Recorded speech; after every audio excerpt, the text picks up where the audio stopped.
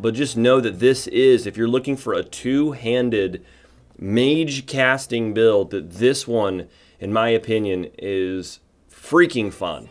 Just running over here as this huge two-handed and large person, reach weapon bardiching on people and just shucking through them.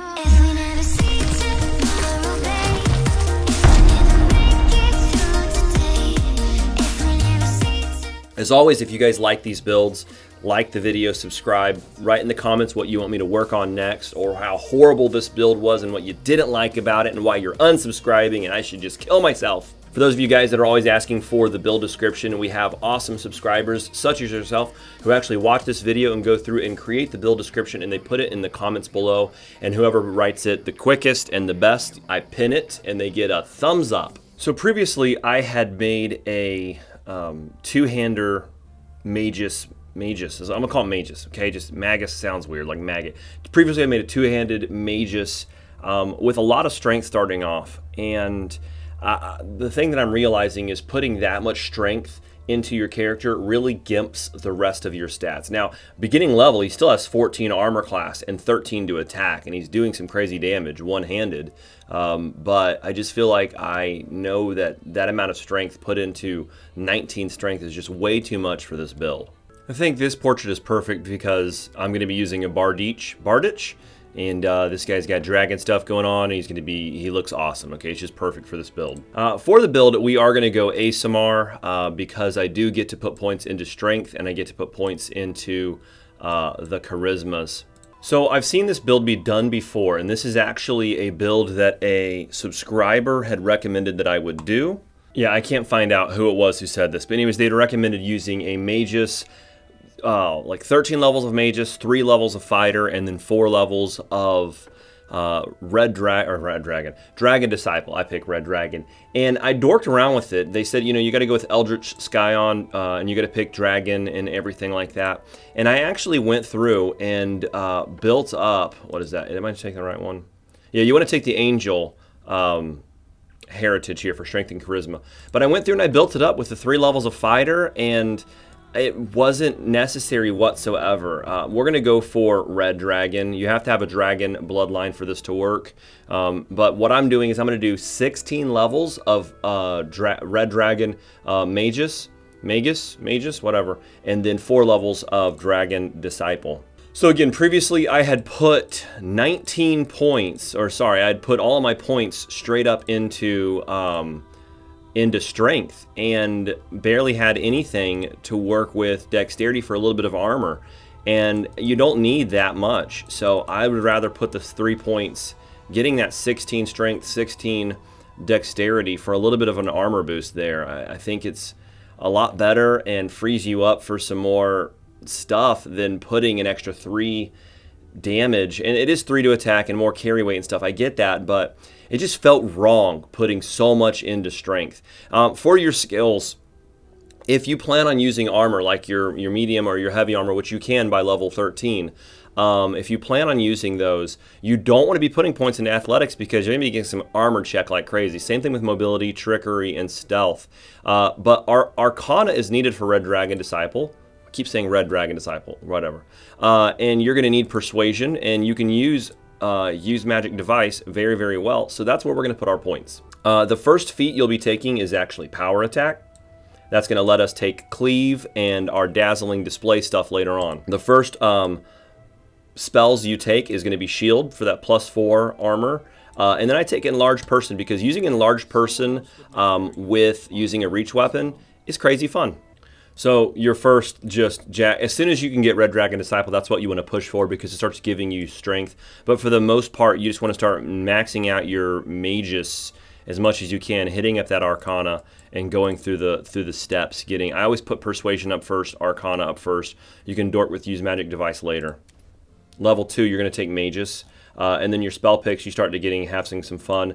Early levels, I like to take more defensive traits than I do offensive traits. So I like being able to vanish and get out of there if I need to. My team's going to be helping me do enough damage as it is. With this build, we're going to be doing two-handed, so you're not going to actually be using a lot of melee touch attack spells. You're just not, because you can't put those onto your two-handed weapon. Level 3, we're actually going to take Cleave.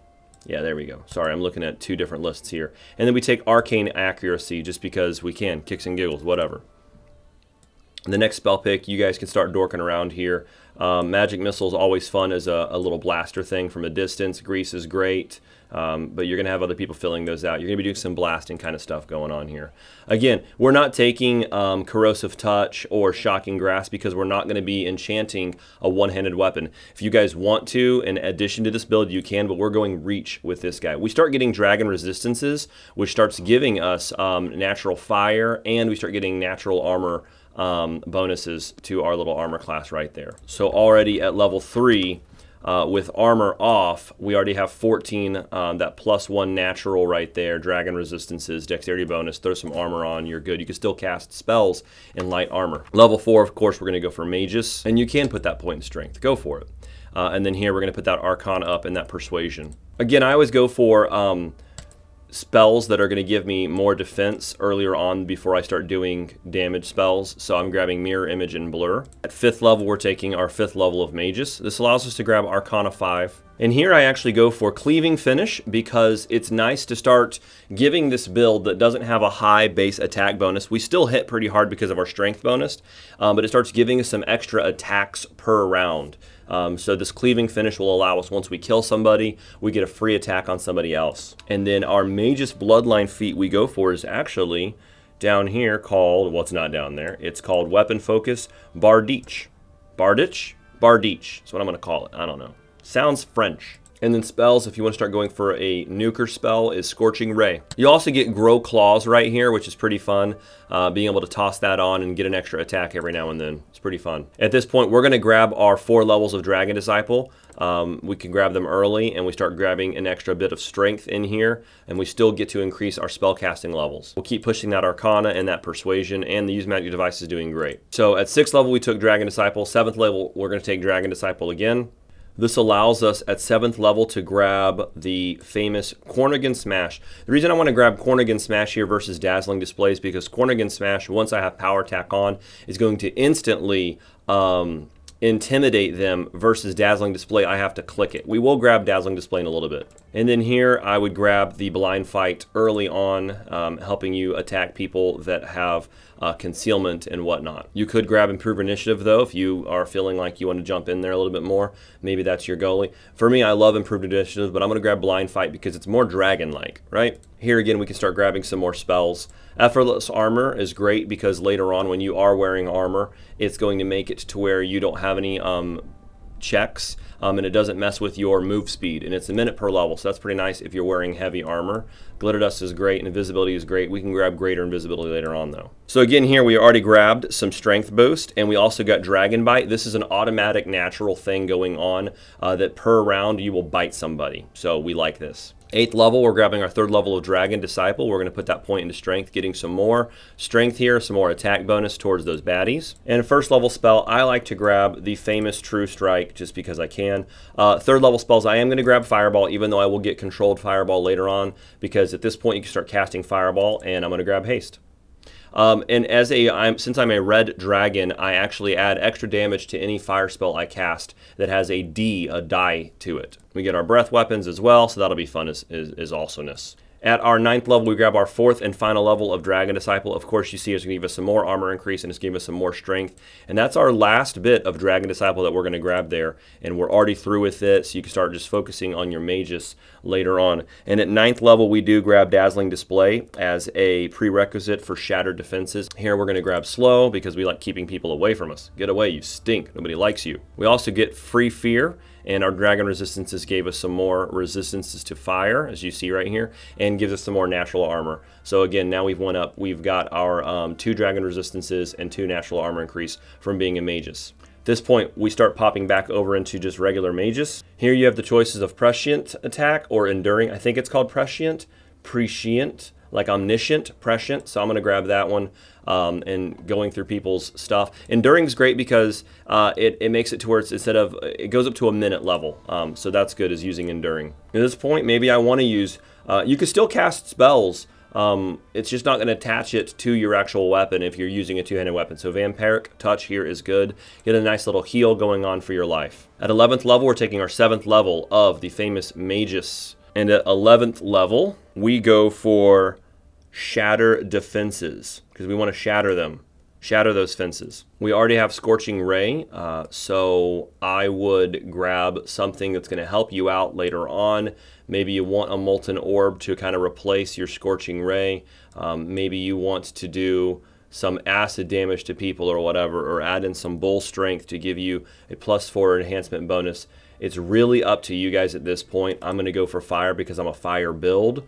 I will be grabbing Stone Skin, and I will be grabbing Shield of Dawn. Shield of Dawn actually does fire damage, 1d6 points of fire damage, and it adds extra damage because I am a Red Dragon Disciple. And we will again grab that Stone Skin. It didn't register correctly. We also get the ability to use Arcane Medium Armor, and we also get some spell resistance going on up in here. 12th level, we're grabbing our 8th level of Magus, putting that point into Strength. Here, I like Expeditious Retreat. Keep saying that. I'm sorry, guys, forgive me. Here, I will grab Control Fireball as well. 13th level, we take our 9th level of Magus. And at 13th level, we're not yet ready for Dreadful Carnage. I wish we were. But we're going to grab Great Cleave because we can. And it lets us to get some more attacks with people. It says here, as a standard action, you can make a single attack at your full base attack bonus against a foe within reach. And that is a very, very important term. Within reach. Dimension Strike is good because it resolves your melee attacks as melee touch attacks, and a melee touch attack actually goes through armor. So this makes all of your weapon attacks in that turn melee touch attacks. That's a great one.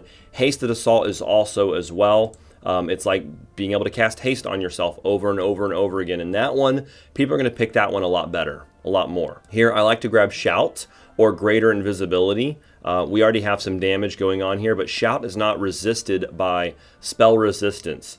Greater Invisibility is going to be fun for 1 round per level, doing some fun sneak attack stuff later on. Yeah, sneak attack later on. I like how it keeps throwing Cleave up there because we grabbed Great Cleave. It kind of shows that prerequisite back in there. It's weird. 14th level, we grab our 10th level of Magus. 3rd level spell here is up to you. Displacement is great. Lightning Bolt, it'll do some damage to them. But at 5th level, I do like to grab Vampiric Shadow Shield, and I like to grab this Fire Snake. Does 15d6 fire damage. Shoot it in a huge line, hit a whole bunch of people. You can also grab Cloud Kill if you want to do that. We will grab Baleful Polymorph later on. And we do get fighter training here, which makes us count half of our Magus level as fighter levels for prerequisites on feats and stuff like that, like weapon specialization. 15th level, we do take our 11th level of Magus. Here, we can go for Improved Cleaving Finish and the Dreadful Carnage at the same time. Improved Cleaving Finish means I can use Cleaving Finish any numbers of times per round. So if I kill somebody and I instantly kill another person, it'll just keep going. I just keep getting free attacks right there. And then Dreadful Carnage, again, whenever I slay somebody, it instantly demoralizes everybody, whether or not I'm using power attack. Sorry, it instantly demoralizes everybody in that 30-foot range, okay, without me using power attack. I don't need it to be going on with Dreadful Carnage. Again, you get another level 7-2 spell. We're going to grab Bull Strength here just to show you some fun stuff, even though it won't stack with stuff later on. I just want to show you the possibilities. You could grab whatever else you want. We already have Blur, but we're going to grab that Bull Strength right here to show you some stuff for buffiness. Cloud Kill is great. It's going to do damage to people, but I want to grab that Baleful to turn people into dogs. We also get some wings already here at our 15th level. We're grabbing wings, okay? We don't have to do ASMR because we get dragon, or we could have used a feat to grab them as an ASMR, but we're getting dragon wings instead. Our dragon resistances also push some more stuff up there, giving us some more armor class, as you see right there. At 16th level, we're grabbing our 12th level of Magus. Gets us another point in strength, getting that modifier up there. Here I'm going to grab Dimension Strike to do that melee touch attack with weapons. And why not? Let's go for some acidic spray. It'll do like Fire Snake in a line, but it also can damage them over rounds. And at this level, level 17 is our 13th level of Magus. We also get Arcane Heavy Armor. Your build is pretty much finished once we got that Dreadful Carnage and the improved Cleaving Strike. What I like to do is I like to grab Improved Critical for Bardiche, and then I like... Y'all just bear with me. I like my shout. I also like, at level 4, I love Dimension Door. It's fun. You can also grab Dragon's Breath, even though we get it for free. It is another ability to cast more fire stuff. For sure, the two spells that we're going to grab here at this level are going to be Hellfire Ray and Transformation. Okay, we're doing some fire damage here, doing some fun stuff. It does crazy, wicked, fun pew-pews, and you gotta love that. So we get that Arcane Heavy Armor there, you see that. We also get to enchant our weapon with +4. Doesn't have to be a one-handed weapon. We can do our reach weapon like that.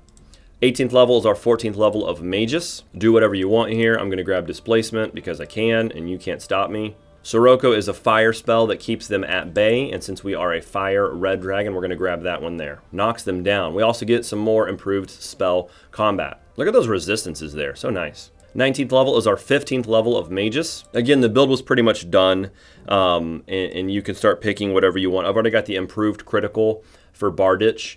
And so I like to grab something along the lines of, yeah, extra wings. No, we're not going to grab that.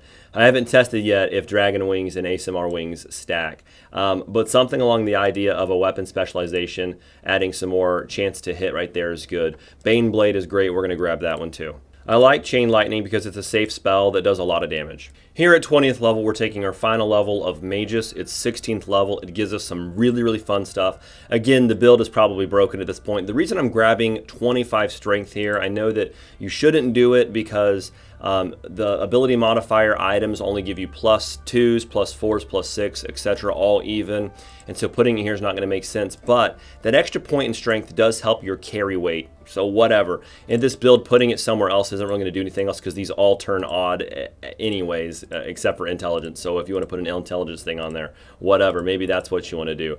I like putting it in strength because it's extra carry weight. Maybe that's what you want to do. But yes, that extra intelligence here, we get a lot more points at this level. So 20th level, we've been done since level 15, really, with Dreadful Carnage and everything. So at this point, put it into intelligence, get a lot more skills, do whatever you want. You're not going to use them a lot, so just throw them into Use the Magic Device and use every single thing you want to use at level 20. The cool thing about this is at 5th level, or at the 20th level here, we get another fifth spell pick. We're going to grab Cloud Kill. And then we start getting these awesome level 6 spells. We get to pick 6 more spells. Now, it says here, these are from the Wizard Sorcerer spell list, okay? One of the things I'm first going to grab is going to be Greater Heroism because it's +4, it's a minute per level, +4 bonus to attack rolls, saves, skill checks, immunity and everything. We also get temporary hit points, but it's a minute per level, and that's really, really good. The thing, though, you need to realize is you don't have to pick only from the 6th spell circle. You can actually click this Show Other Level buttons. Maybe I just blew your mind. If I did, put that in the comments below that, yay, Liquid, you're still making things that make sense. I'm going to go to the 5th level spell and grab Icy Prison, which wasn't available yet.